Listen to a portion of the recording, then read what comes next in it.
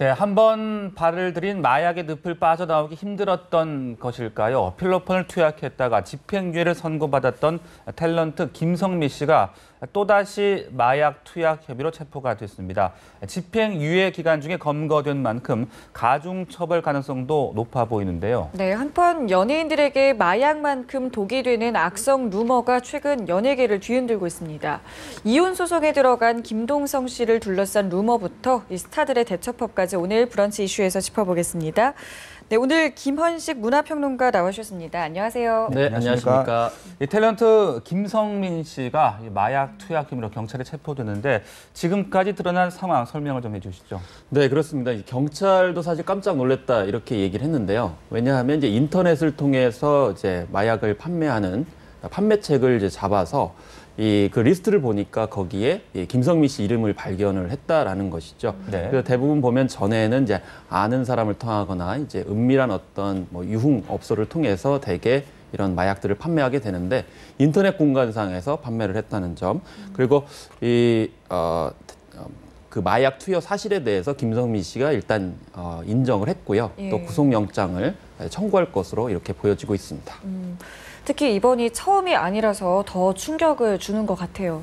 네, 그렇습니다. 2010년에도 이미 형을 받은 적이 있어요. 그래서 징역 2년 6개월에 집행유예 4년을 이제 받았거든요. 그런데 2주만 있으면 이제 집행유예 기간이 끝나는데 네. 그 전에 이렇게 사건이 벌어졌습니다. 그래서 이제 2주 안에 이렇게 법원 판결이 나는 건 아니기 때문에 다시 이제 구속영장을 청구하게 되는 것이고요. 아마 이제 전례가 있기 때문에 가중처벌을 받을 것으로 이렇게 예측이 되고 있는데요. 2010년 당시의 혐의는 이제 동남아시아 지역의 한 나라에서 네. 몰래 이제 자기 짐에 이 마약을 숨겨서 들어오다가 이렇게 적발이 돼서 이랬었는데 이번엔 인터넷을 통해서 구입을 한 그런 상황이 되겠습니다. 네, 혹시 뭐 다른 연예인들의 연루 의혹은 아직까지 나온 것은 없습니까? 네, 아직까지는 없습니다. 그래서 경찰 측에서도 이제 관련 연예인은 없다 이렇게 부정을 했는데요. 사실 이제 전에 보면은 연예인 마약 리스트라고 그래서 이제 그런 것들이 발표되기도 합니다. 왜냐하면 연예인들 같은 경우는 주로 이제 자신들을 드러낼 수 없기 때문에 아는 사람을 통해서 마약을 전달받다 보니까 결국 네. 아는 사람이라는 건 결국 연예계에서 활동하는 사람들끼리 은밀히 이제 공유하는 것인데 이번에는 김성민 씨가 인터넷 키워드 검색 광고를 이제 연동한 그런 판매를 통해서 구입을 했기 때문에 현재까지는 없다. 그렇지만 뭐 연예인 김모 씨가 한 명 있지만 전혀 연관성은 없다라고 경찰에서는 이미 밝힌 상황이고요. 또 서초구 오피스텔에서 이 마약을 퀵 서비스로 전달받은 사람은 그냥 이제 관계자 혹은 지인으로 이렇게 나타나고 있습니다. 참 안타까운 게요. 한동안 자숙기간을 갖다가 이제 최근에 드라마에 나오면서 재기를 이제 시도를 했고 또 여러 연예인들이나 팬들도 상당히 좀 지지를 했던 것 같은데. 예, 그렇습니다. 사실 뭐 집행유예가 4년 정도 됐다라는 것은 그만큼 좀 더 관대하게 이제 얘기를 해준 것인데요.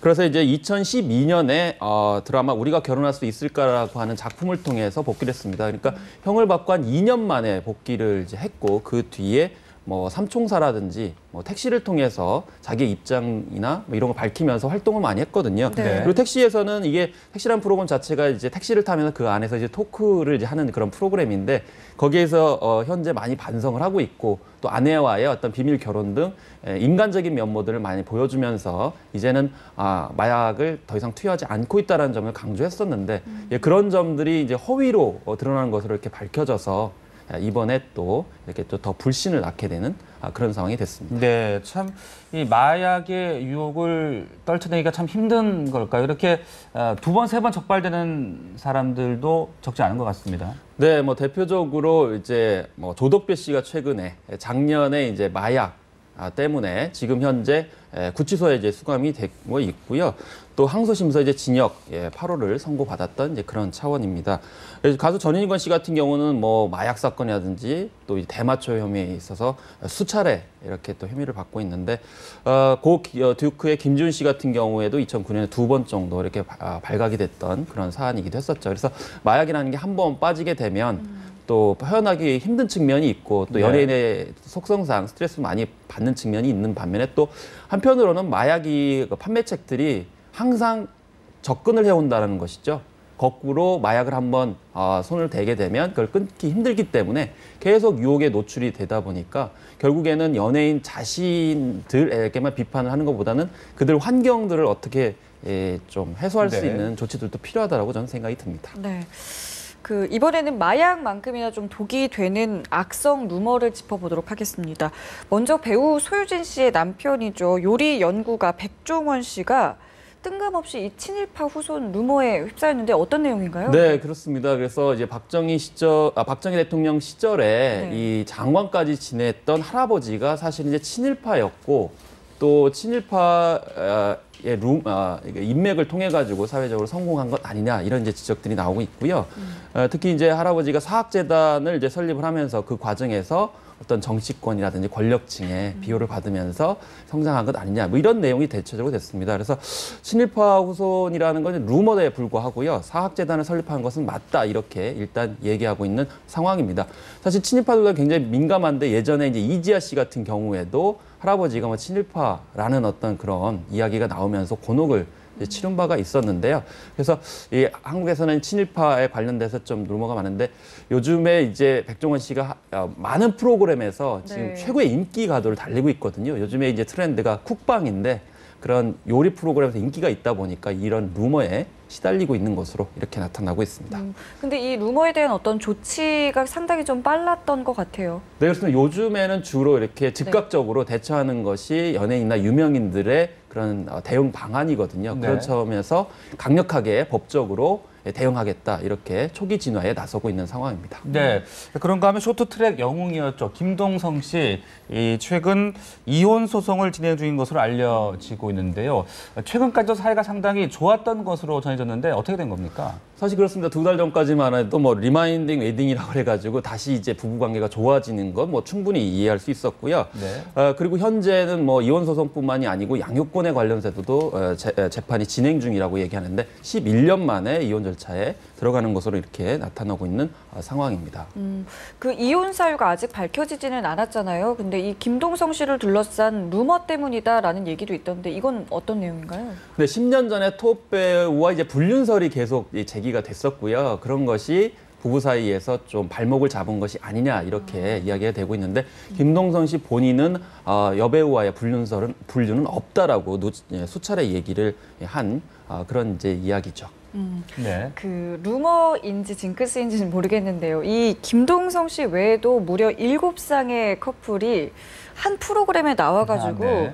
무려 다 남냠이 됐다는 이런 네. 얘기가 있는데 이거 참 그렇습니다. 이 자기야라고 하는 이제 프로그램인데요. 네. 여기에 나왔던 8쌍이 이제 이혼에 이제 이혼을 겪게 된 그런 상황이 됐는데 네. 그래서 개그맨 김원경 씨라든지 또 네. 배우 이세창 씨 또 뭐 듀크의 김지훈 씨 같은 경우도 여기에 이제 속하게 되고요. 또 탈북 배우 출신이 김혜영 씨 같은 경우에도 여기에 출연했다가 나중에 이혼한 것으로 이렇게 나타나서 무슨 징크스가 있는 것 아니냐. 또 이선정 씨 같은 경우도 개그맨이죠. 네. 이분도 네. 이제 그런 이제 해당자였는데요. 그래서 이 뭐 연예계에서는 여러 가지 얘기가 많아요. 예를 들면 예. 뭐 이제 이 프로에 출연하게 되면 부부들이 평소에 얘기하지 않아도 될 것들을 얘기를 하다 보니까 예. 그렇게 생각했었어? 이렇게 하다 예. 보니까 오히려 그냥 넘어갔으면 문제가 안 될 것이 오히려 커져가지고 사이가 네. 나빠졌다는 얘기가 있고요. 네.